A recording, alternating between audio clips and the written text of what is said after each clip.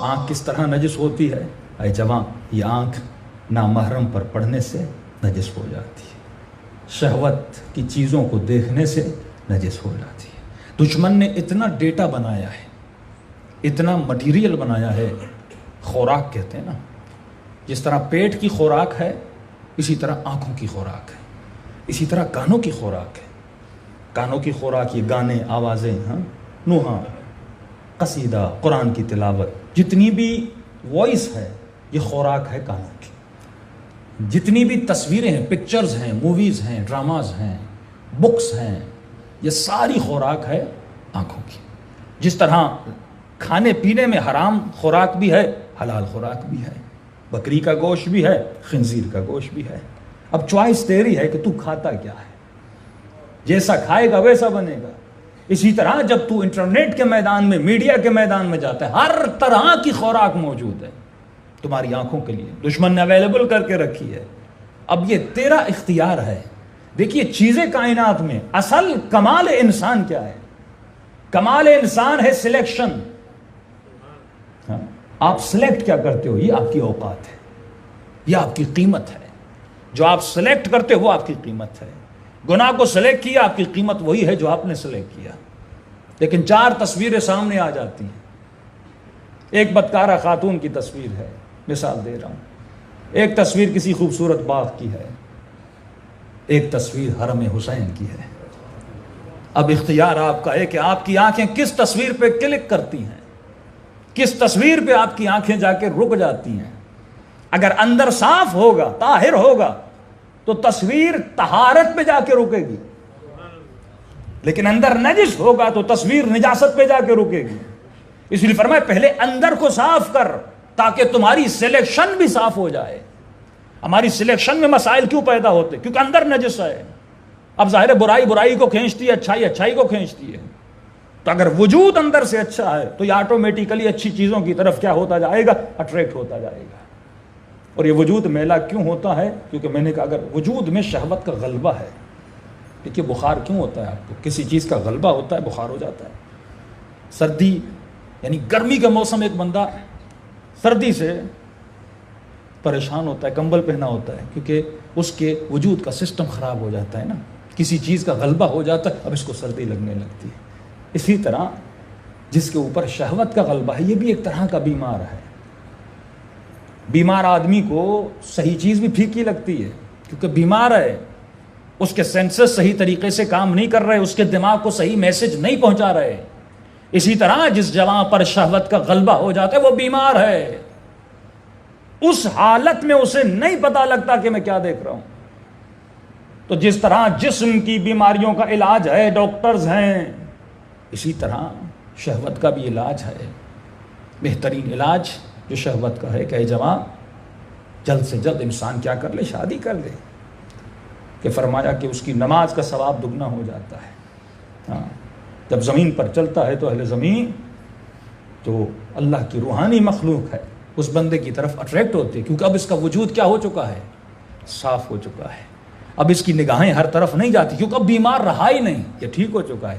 90% لوگ جو وقت پہ شادی کرتے ہیں وہ گناہوں سے بچ جاتے ہیں، 90% لوگ۔ اور آپ ریشو نکالیں جو دیر سے جن لوگوں نے شادی کی ہے ان سے جوانی کے گناہ پوچھئے، وہ گناہوں میں مبتلا کیوں ہوتے ہیں؟ کیونکہ فطری تقاضوں کو جب تم پورا نہیں کرو گے، بھائی اس جسم کو کھانے کی ضرورت ہے، شدت پیاس آپ کو لگی ہے، اگر آپ کو منرل واٹر نہیں مل رہی تو آپ سادہ پانی، اگر سادہ پانی یا میلا پانی بھی نہ، اگر پیاس سے مر رہے ہو آپ گندے سے گندا پانی پیو گے تاکہ اپنی پیاس کو بجھاؤ۔ تو آپ کیوں اپنے بچوں کے لیے صاف پانی پرووائڈ نہیں کرتے؟ کیوں اپنے بچوں کے لیے اچھی غذا پرووائڈ نہیں کرتے؟ اور اگر تم وقت پہ اس بچے کی غذا کو پرووائڈ نہیں کرو گے، دشمن نے کئی کھانے پرووائڈ کیے ہوئے ہیں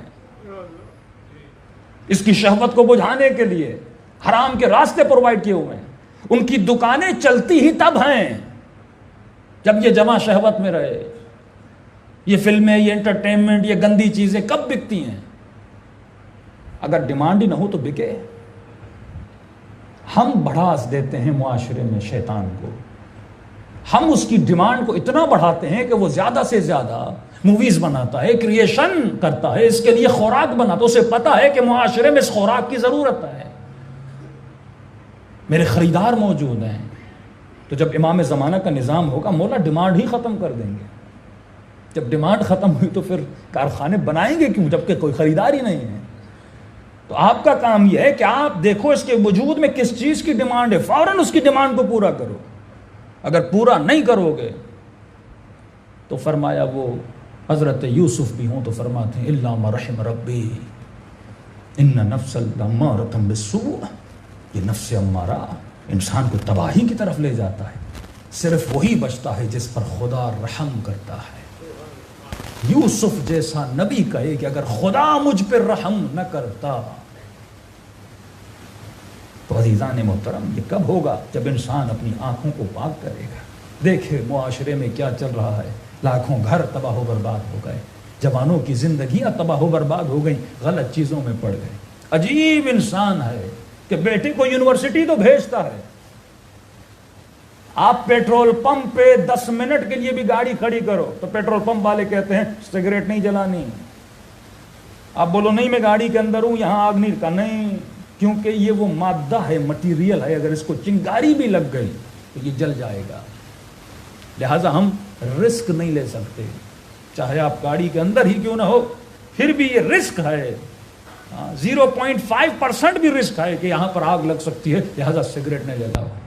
اور مولا فرماتے ہیں جس ماحول میں ایک مرد اور ایک خاتون ہو، وہ چاہے مسجد کا ماحول ہو، جلوس کا ماحول ہو، یونیورسٹی کا ماحول ہو، اسکول کا ماحول ہو، آپ کے جاب کا ماحول ہو، کوئی بھی ماحول ہو جہاں پہ مرد اور عورت ہے، فرمایا تیسرا شیطان ہوتا ہے۔